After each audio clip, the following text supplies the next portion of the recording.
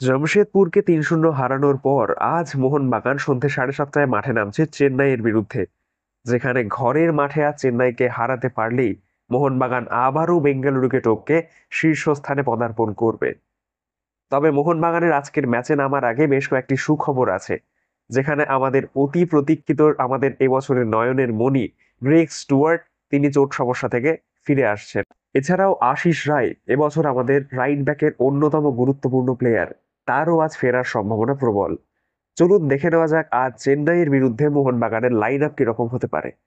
প্রথমত আজকে Alberto Rodriguez available থাকবে না, কারণ তার 4টে হলুদ কার্ড হয়ে যাওয়ার কারণে একটি ম্যাচের ব্যান তাকে সহ্য করতে হবে। তাই আজ অ্যালবার্টোকে ছাড়াই আমাদের দল সাজাতে হবে। তবে অ্যালবার্টো ছাড়া প্রত্যেকটা প্লেয়ারই কিন্তু চোট থেকে ফিরে এসছে এবং জোজে মলিনা তার পুরো শক্তির দলটাকেই পাবে। তবে অ্যালবার্টো না থাকায় আজকে দীপেন্দু বিশ্বাসকে সেন্টার ব্যাকের রোল প্লে করতে হবে। জামশেদপুর ম্যাচে দীপেন্দুকে রাইট ব্যাকের রোল প্লে করতে হয়েছিল, তবে আজকের ম্যাচে দীপেন্দুকে আবার হয়তো সেন্টার ব্যাক রোলেই দেখা যাবে, কারণ অ্যালবার্টো রড্রিগেজ অ্যাভেলেবেল নেই। চলুন দেখে নেওয়া যাক মোহনবাগানের ফোর অ্যাট দ্য ব্যাকে লাইন আপটা কিরকম সাজানো যেতে পারে। অবভিয়াসলি গোলকিপিং ডিপার্টমেন্টে no other choice, it's Vishal Kaith. Right back Ashish Rai ফিরে আসছে, তো আমি আশিসকেই রাখছি। লেফট ব্যাকে ক্যাপ্টেন সুভাশিস বোস, সেন্টার ব্যাকে দীপেন্দুর সাথে টমাস অ্যালড্রেড। মিডফিল্ডে অবভিয়াসলি আপুইয়া অনেকটা রেস্ট পেয়ে গেছে, আপুইয়াকে আমি ফেরাবো এবং সাথে অনিরুদ্ধ থাপা।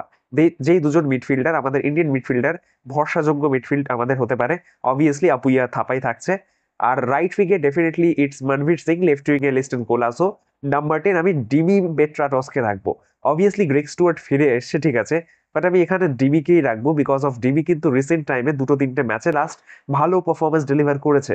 তো আমি সেখানে ডিমিকেই রাখবো। গ্রেগ স্টুয়ার্ট যেহেতু সবে সদ্য চোট থেকে ফিরে এসছে, তো আমি সেখানে গ্রেগ স্টুয়ার্টকে সেকেন্ড হাফে নিয়ে আসবো। বিকজ ডিসেম্বরে আরো একটা গুরুত্বপূর্ণ ম্যাচ আমাদের খেলতে হবে, সেখানে কিন্তু গ্রেগ স্টুয়ার্টের রোলটা আরো বেশি ক্রিটিক্যাল হবে। আর অবশ্যই সেন্টার ফরওয়ার্ড রোলে জেমি ম্যাকলেন থাকবে।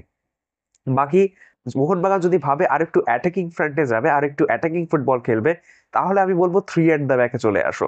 এবার সেটা হওয়ার চান্স খুবই কম। থ্রি অ্যাট দ্য ব্যাক হয়তো মোহনবাগান ট্রাই করবে না, মলিনা হয়তো ট্রাই করবে না। বাট আমার মতে আমি একটা সাজিয়ে দেখার চেষ্টা করছি যে থ্রি অ্যাট দ্য ব্যাকে মোহনবাগানের অ্যাটাকিং লাইন আপ কিরকম হতে পারে।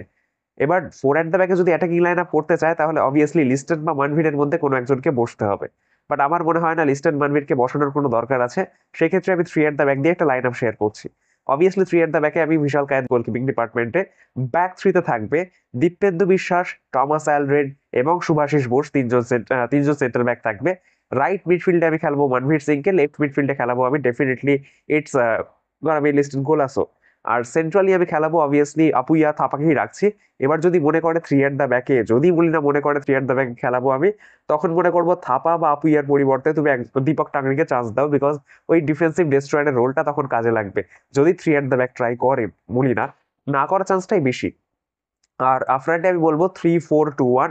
4 হয়ে গেল, সামনে 2তে আমি অবশ্যই রাখবো ডিমি গ্রেগ স্টুয়ার্ট, দুজনকেই একসাথে রাখবো।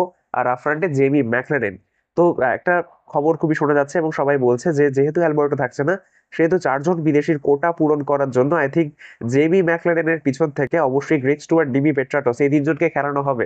বাট না খেলানোর চান্সটা বেশি থাকতে পারে, ডিমি বা গ্রেগের মধ্যে যে কোনো একজনই খেলবে। আবার যদি মনে করে ডিমি আর গ্রেগকে একসাথে খেলাবে, তাহলে হয় থ্রি অ্যাট দ্য ব্যাক খেলবে, আর না হলে লিস্টন কোলাসো বা মানভীর সিং কারোর কাউকে বেঞ্চে বসাতে পারে। এবার দেখা যাক, সেটা ডিপেন্ড করছে জোজে মলিনার উপর।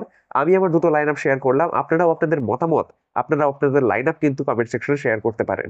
আর অবশ্যই আজকে সন্ধ্যেবেলা ঠিক 7টার সময় লাইভে জয়েন করতে ভুলবেন না। লাইভে দেখা হচ্ছে, ততক্ষণের জন্য ধন্যবাদ। Thank you.